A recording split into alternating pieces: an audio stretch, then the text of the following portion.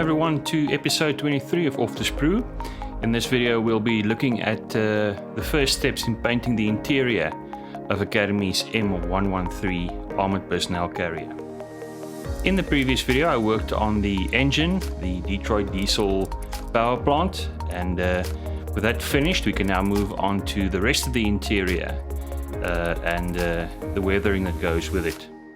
First step is to paint the remainder of the engine compartment, and basically I'm following the same method of painting, pre-shading that I followed with the previous parts. Again, doing a black and white pre-shade, follow up with some orange and yellow tones. This is airbrushed onto the white sections, and this will serve to add a little bit of color hopefully later when we apply our base color. Again, completely random, we're looking for that nice dappled sort of an effect. Certainly does look colorful. At this point it's a good idea just to get out the fine sand and just to do some basic sanding just to get the surface completely smooth. I now apply the base color, which is Sky Type S, and there you can see the result. I also painted this air filter which will be fitting later.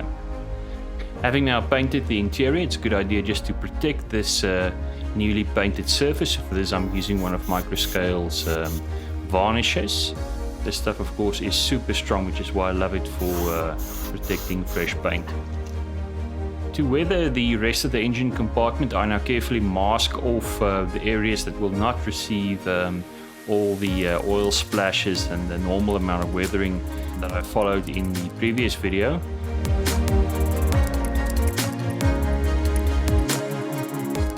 See, once we remove the tape, there's a nice demarcation line with the rest of the interior separate, and there you can see that's the effect we were looking for, a similar paint and weathering look that we did on the engine itself.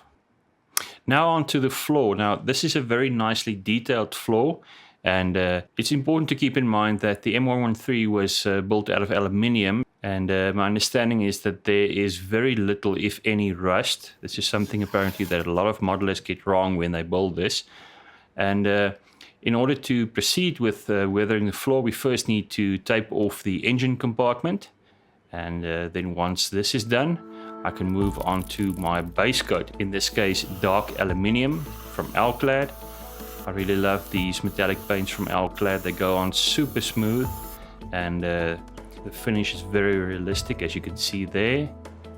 Next up, some dirt. I'm starting with burnt umber, and this is now airbrushed carefully into all the crevices or the recessed detail where dirt would accumulate. This is of course the first coat. Next up is dirt. This is randomly applied. Finally, I used the sponge technique and Vallejo natural steel, and just apply some of this in order to give it that chip paint look. With all the dirt, we've lost some of the metallic color, and I just carefully reapply this with the airbrush. Finally, some filter just to bring out the recessed detail. This is again applied to all the crevices.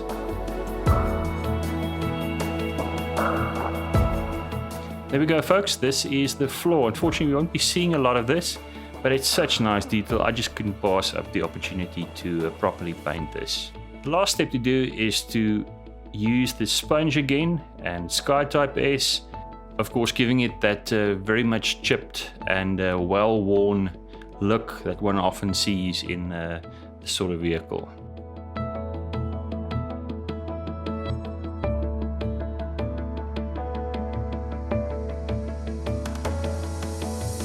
Next up is the sandbags that covered the Vietnam era M113. Again, back to my comic book. Early in his tour, Private Marks finds out just how deadly mines and improvised explosive devices are on these vehicles when one of the tracks hits a mine. I'm using the Sandbag set from Tamiya, 135 scale. I really like these little sandbags. They're well shaped, well molded. And I start by cutting the necessary bags from the sprue as required. These are a bit too long to fit into the vehicle, so some sanding and cutting is required to make them fit and also to overlap. As you can see with these two bags that I'll be using right on the edge. There we go. After some cutting and sanding, I was able to make them fit in this way. I also need to make them fit around the commander's position, that post there. So this will be the final position. Once I have all these in place, also these 4 ammo cans from the Academy kit, once I have this in place, I can glue them. I find it's easier just to glue these in place as they lie on the floor, and this will make it a lot easier to do the painting afterwards. Now on the commander's platform, there's a large single ejector pin sort of a mark, and I covered this up with a little piece of anti-skid plate from Voyager model. This adds some very nice detail. We can now move on to primer, and again, my go-to primer for most projects is Vallejo's black primer. This is applied in an even coat on all the sandbags. Up next is pre-shading. You'll remember from episode 21. First we start with ordinary black and white, the white being highlight areas, and this is then followed up with some color, again orange and yellow in this case, and there we have the final result. This is now ready to go on to move on to the base coat. For this I'm using AK's lacquer paint, this being buff. I prefer this paint for applications like this because it goes on so super smooth and super thin, and I can really control the amount of paint that I put onto the model. The edges I follow up with hemp, slightly darker color, and this is applied all around the sandbag, into all the folds, basically all the edges. Here we go, this is the result. Starting to look good. Next is dark earth.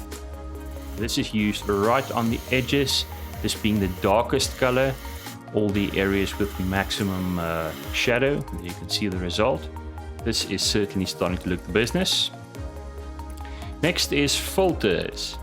I love these filters from MIG Productions, and you'll see when I start applying the yellow one, it really helps to bring the color out.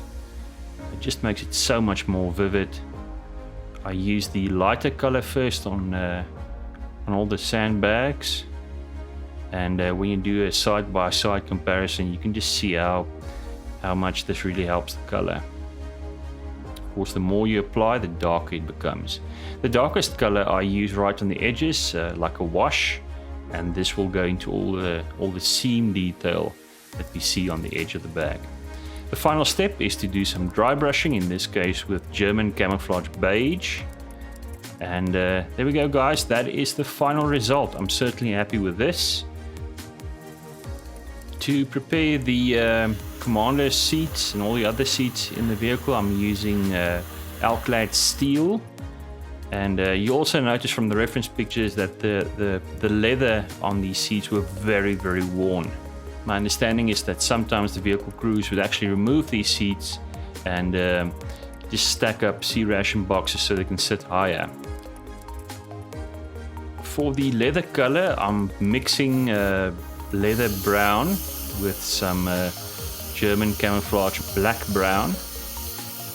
And to get that worn leather look, I'm dry brushing German camouflage beige onto the edges. Of course, we'll also need to hand paint the frames and anything else. There we go, guys. That's the floor. Next up, we need to apply a few decals to the engine compartment. This is, of course, provided by Academy.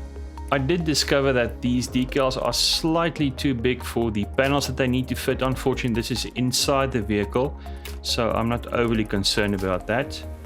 For the decals, I'm using Micro Set and Micro Sol, something that's very familiar to modelers.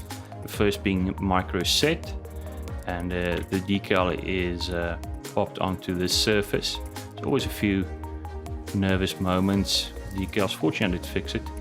Microsol is applied next, just to help that decal settle completely into any of the detail on the vehicle. Once this is done, I can move on to weathering with oils. This is also something I covered in a previous video, and again, this technique is quite well known. You might have seen it in other tutorial videos as well. We start off with different colors and little dots that we just apply randomly onto the interior of the M113. I'm using a few colors from Uptaling 502's vehicle weathering set, a few of the brown tones, light and dark. Once this is done, I use some odorless thinner, again from Uptaling 502, and I now use a broad brush and load up some of the thinner, not too much, and then start doing downward and upward strokes with this brush in order to move the oil paint. In this case, of course, I'm also moving the paint across these decals just to help them blend into the interior of the vehicle. This is certainly a very realistic effect. Some of the initial weathering we were doing on the inside of this vehicle, I'm certainly happy with this.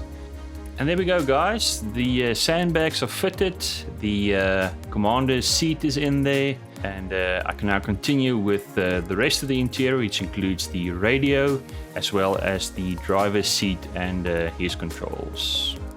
Folks, as always, a reminder, this build is sponsored by Zululand Hobbies here in South Africa. Head over to their website and have a look at the kits and the accessories that they offer. As always, a list of all the paint colors as well as the weathering products that I used.